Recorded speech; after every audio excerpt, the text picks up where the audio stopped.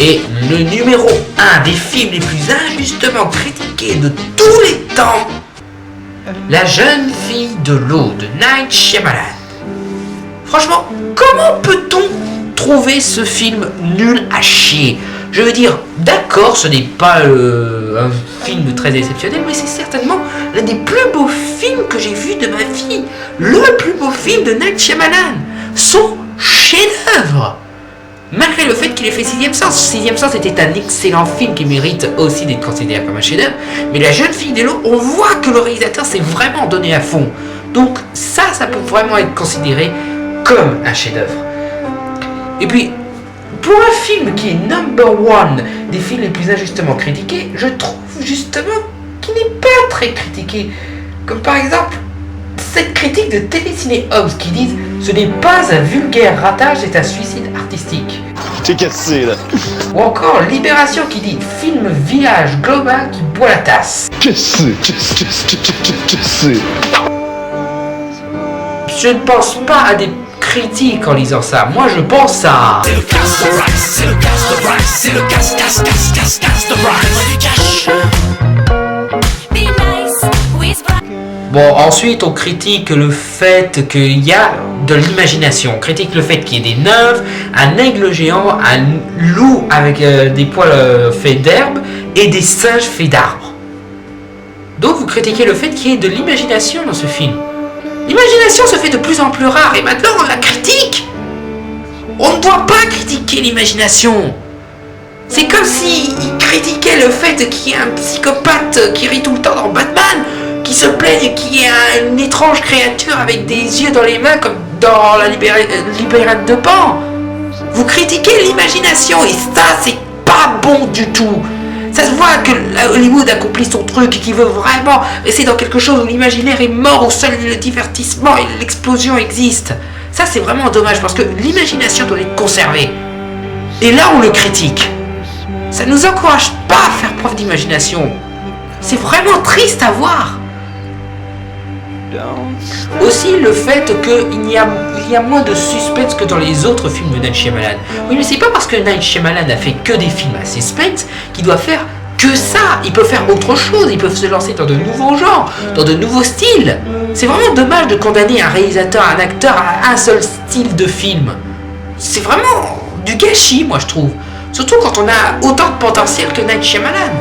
Ensuite, le fait que Night Shyamalan incarne quelqu'un qui change le monde grâce à une de ses créations.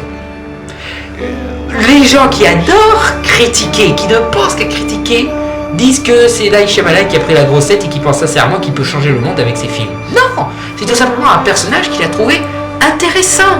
D'ailleurs, le coup d'un gars qui inspire un homme politique en écrivant un livre, c'est un fait réel. C'est pas Night Shyamalan, mais c'est un fait réel.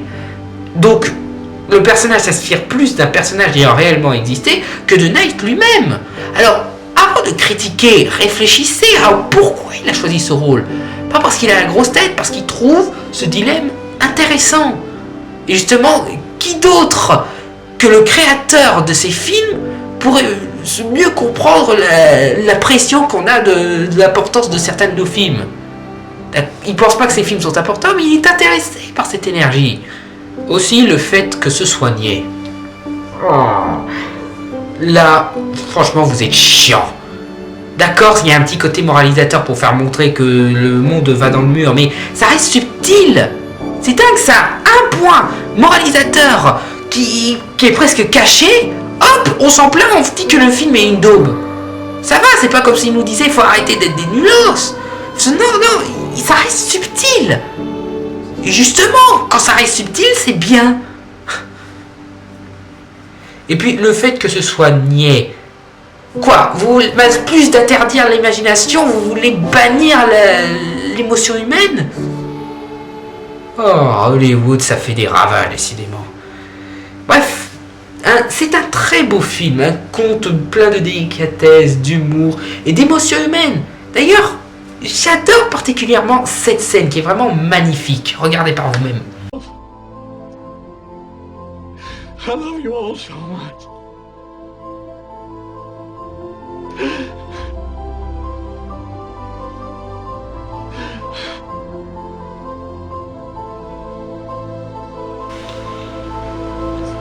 Et puis je ne parle même pas de la magnifique composition de James Newton Howard, certainement sa plus belle.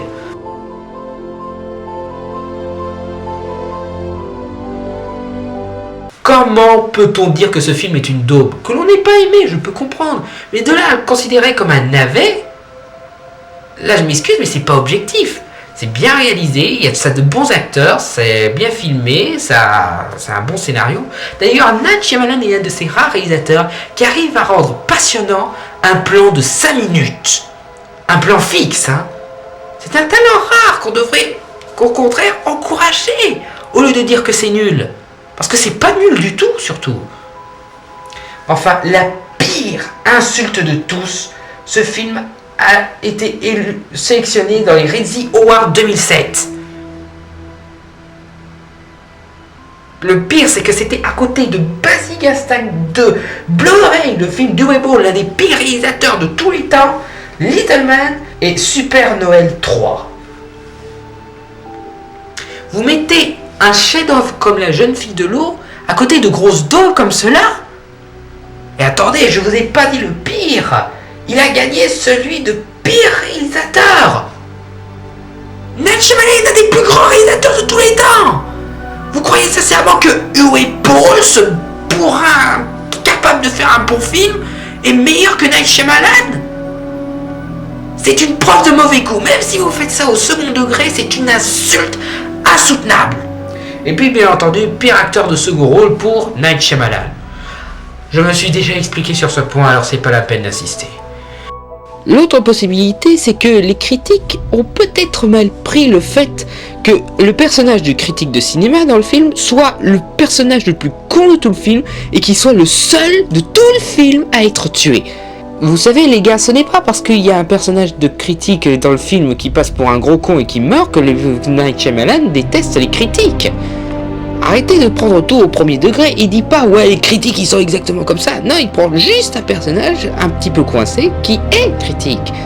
Mais enfin, le fait est que quand je vois comment les critiques traitent ce film, je me dis finalement que cette vision des critiques n'est peut-être pas si mensongère ou fictive que ça.